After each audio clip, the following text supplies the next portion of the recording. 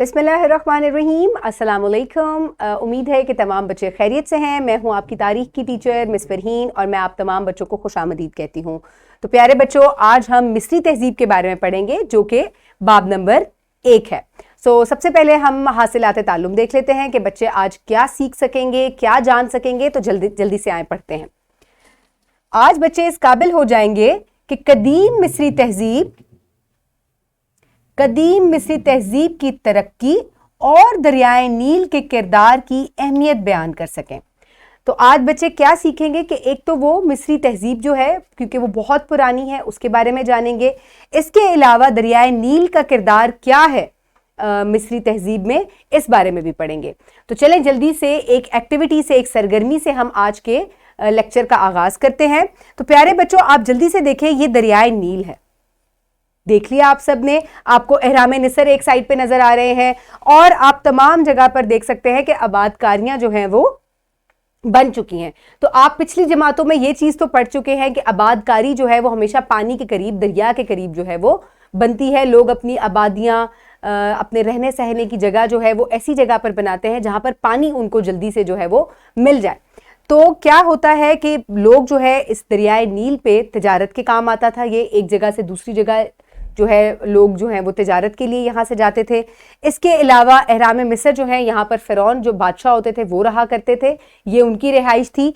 और दरियाए नील के दूसरे किनारे जो है वो आबादकारियाँ थी जहाँ पर लोगों की फसलें थीं और आम आवाम जो है वो वहाँ रहती थी। और पानी के करीब होने का फ़ायदा उनको ये था कि वो फसलों के को भी पानी दे सकते थे और इसके अलावा पीने का पानी और तमाम कामों के लिए जो है उनको जल्दी से पानी जो है वो मिल जाता था।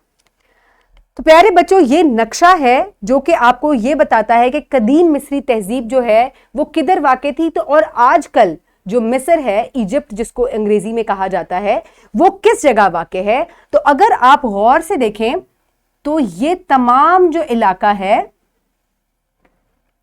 यहां पर मिस्र के तमाम शहर जो हैं वो आबाद हैं। और ये जो नीली लकीर आपको नजर आ रही है ये दरियाए नील है।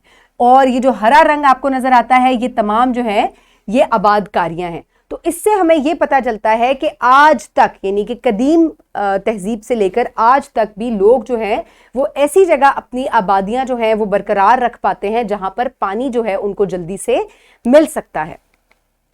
सो प्यारे बच्चों, अब जल्दी से हम कबलस पढ़ाई के सवालात की तरफ चलते हैं। जल्दी से आपने सवाल को गौर से सुनना है और फिर उसका जवाब देना है। मिस्री तहजीब कितने साल पुरानी है? मिस्री तहजीब कितने साल पुरानी है? जरा सोचें। शाबाश, 6000 कबलस मसीह जो है ये तहजीब शुरू हुई थी। ठीक है, देखें कितनी ज्यादा पुरानी है, यानी कि 6000 साल और कबलस मसीह यानी कि हजरत ईसा से भी पहले की है। ये तहजीब कहां वाक़े है? जैसा कि मैंने आपको बताया, ये दरियाए नील के किनारे वाक़े है। इस तहजीब की सबसे मशहूर चीज क्या है? किस चीज से आप इजिप्ट या मिस्र जो है वो किस चीज से जाना जाता है? क्या जहन में आता है आपके फौरन? एहराम मिस्र। तो इसकी जो सबसे मशहूर चीज है वो एहराम है इसके। ठीक है, एहराम मिस्र है। तो प्यारे बच्चों, जल्दी से हम इस्लामी नुक्ता नजर देख लेते हैं। तो आए जरा कि तुम इसको संदूक में रख दो, फिर इसको दरिया में डाल दो, फिर दरिया इस किनारे के साथ आगे साथ आ लगाएगा। इसे मेरा दुश्मन और इसका दुश्मन उठा लेगा और मैंने तुझ पर अपनी तरफ से मोहब्बत डाल दी और ताकि तू मेरे सामने परवरिश पाए।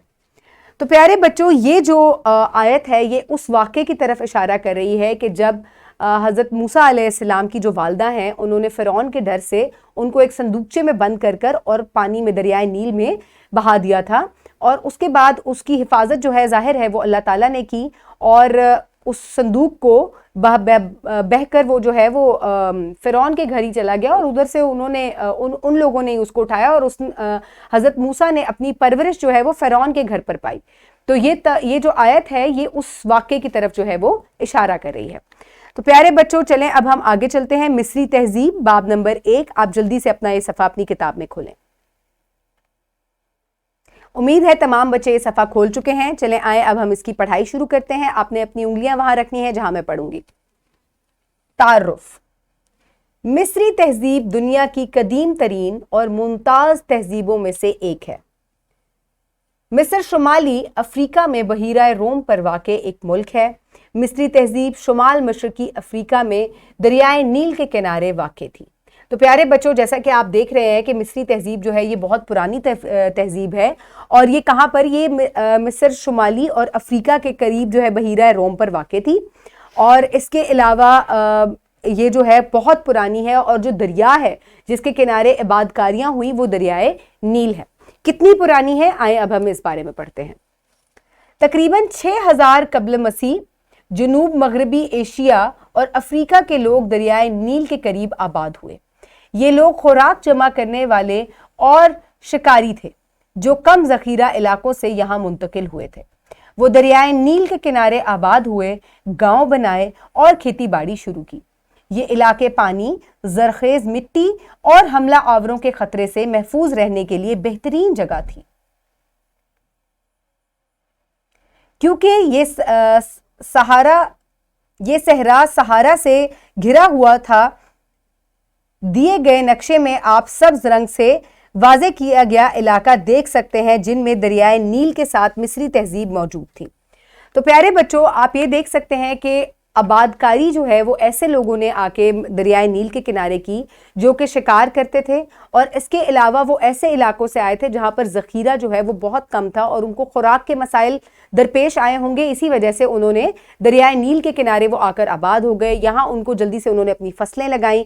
اس کے علاوہ وہ یہاں دشمنوں سے اور مختلف جنگلی جانوروں سے اور اس طرح کی چیزوں سے بھی محفوظ رہے۔ اس کے علاوہ کیونکہ یہ علاقہ جو ہے وہ صحرا سے گھرا ہوا ہے، تو آپ دیکھ سکتے ہیں یہاں پر جو ہرا حصہ ہے یہ آپ کو آباد کاریوں کا حصہ جو ہے وہ بتاتا ہے۔ اس کے علاوہ جو نیلی لکیر ہے یہ آپ کو یہ بتاتی ہے کہ یہاں پر پانی جو ہے وہ موجود ہے۔ چلیں اب جلدی سے ہم چلتے ہیں ایادے کی طرف۔ وادی سندھ کی تہذیب 6000 قبل مسیح میں آباد ہوئی۔ لوگ یہاں دریائے نیل کے کنارے آباد ہوئے۔ تو پیارے بچوں، یہ بہت پرانی تہذیب ہے، اور اس کے علاوہ لوگ یہاں اس لیے آ کر آباد ہوئے کیونکہ دریائے نیل جو ہے یہاں سے ان کو پانی مل سکتا تھا اور وہ اپنی فصلیں لگا کر یہاں محفوظ طریقے سے رہ سکتے تھے۔ پیارے بچوں، پریکٹس کے لیے آپ مشق کے لیے یہ ورک شیٹ جو ہے اسی ویڈیو کی ڈسکرپشن باکس سے ڈاؤن لوڈ کر سکتے ہیں، اور چلیں آئیں آپ میرے ساتھ مل کر یہ ورک شیٹ مکمل کریں۔ سب سے پہلے آپ نے اپنا نام لکھنا ہے، دریائے نیل، دریائے نیل کی اہمیت بتائیں۔ تو پیارے بچوں، اب آپ نے اپنی کتاب کی مدد بھی آپ لے سکتے ہیں، ٹیچر کی مدد بھی لے سکتے ہیں، اور دریائے نیل کی کیا اہمیت ہے ابھی ہم نے پڑھی ہے۔ فصلیں لگاتے تھے لوگ، اس کے علاوہ خوراک ان کو جلدی سے مل سکتی تھی، پانی میسر تھا ان کو، مویشی وہ اپنے یہاں رکھ سکتے تھے۔ تو اس طریقے سے آپ نے مختلف طریقے سے کس طریقے سے لوگوں کو دریائے نیل سے فائدہ ہوا، آپ نے اس کی اہمیت جو ہے وہ یہاں لکھنی ہے۔ امید ہے تمام بچوں نے یہ ورک شیٹ مکمل کر لی ہے۔ چلیں آئے اب ہم آگے چلتے ہیں گھر کے کام کی طرف۔ تو پیارے بچوں، گھر کے کام میں آپ نے یہ سوال جو ہے مکمل کرنا ہے اپنی نوٹ بک میں۔ مصری تہذیب کا محل وقوع لکھیں، ٹھیک ہے؟ تو مصری تہذیب کا کیا محل وقوع ہے، کدھر واقع تھی، یہ آپ کی کتاب میں یہ دیا گیا ہے، آپ نے اس کو اپنی نوٹ بک میں مکمل کرنا ہے۔ تو پیارے بچوں، اگلے سبق میں ہم مصری تہذیب کی خصوصیات پڑھیں گے۔ ہم نے اس کے بارے میں جو اس کی تعارف تھا وہ ہم پڑھ چکے ہیں، اور اگلے لیکچر میں میں آپ کو خصوصیات پڑھاؤں گی۔ تب تک آپ اپنا بہت خیال رکھیے گا۔ شکریہ اور اللہ حافظ۔